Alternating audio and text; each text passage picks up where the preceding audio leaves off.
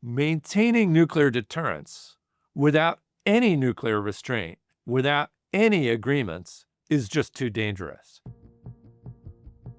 New START was the most recent of a whole series of treaties limiting the nuclear forces of the world's largest nuclear powers, the United States and Russia.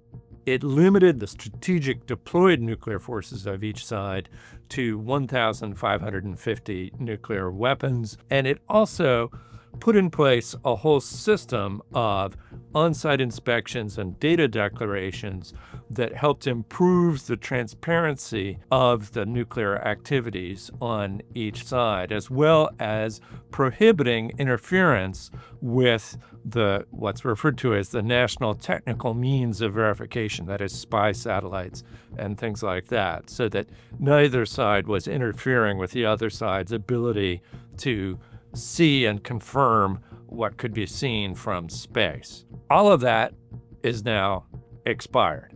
Unfortunately, the debate in Washington among people who actually make decisions about the nuclear forces is not about what's the next round of nuclear reductions. It's about how should we build up to respond to a world where we have to deter both Russia and China at the same time. That may seem crazy when we already have thousands of nuclear weapons. Some of us, myself included, believe that the existing survivable, effective U.S. nuclear deterrent is sufficient for a world in which we have to deter both Russia and China. But the majority in Washington believe we need to build up in order to be able to target all of Russia's missile silos and other nuclear targets, and all of China's missile silos and other nuclear targets at the same time.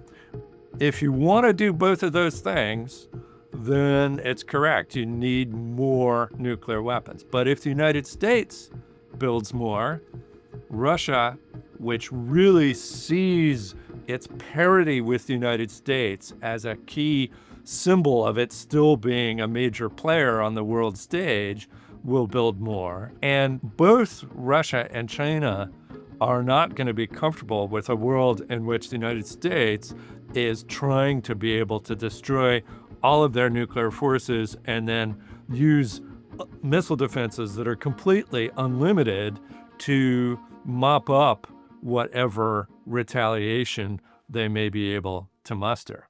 It's important to remember what has been accomplished over the decades. More than 4/5 of all the nuclear weapons that used to exist in the world have been destroyed. They're gone. They will never threaten another human being. And a wide range of steps have been taken to limit nuclear crises. There's an agreement on incidents at sea to try to prevent navies from inadvertently crashing into each other.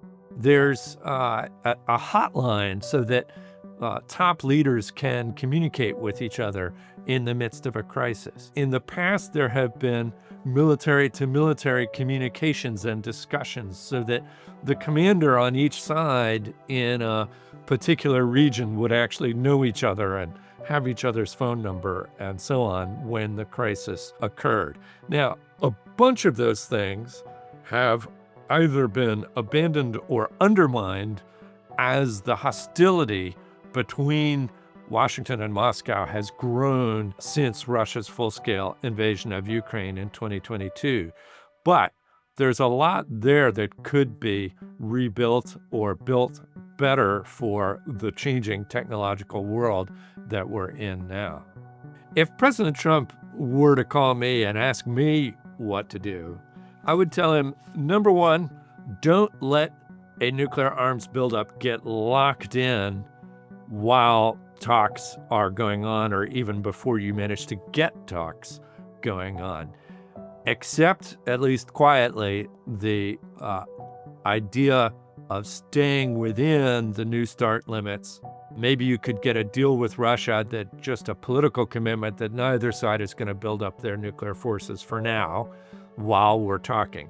Then do go ahead and pursue talks with both Russia and China about nuclear restraint, but keep an open mind about a variety of different approaches and make sure that you offer to negotiate about things they care about. There isn't going to be a deal unless Russia thinks the deal is in its national interest, and China thinks the deal is in its national interest, as well as it being in the U.S. national interest. U.S. demands with no offers are not going to get anywhere.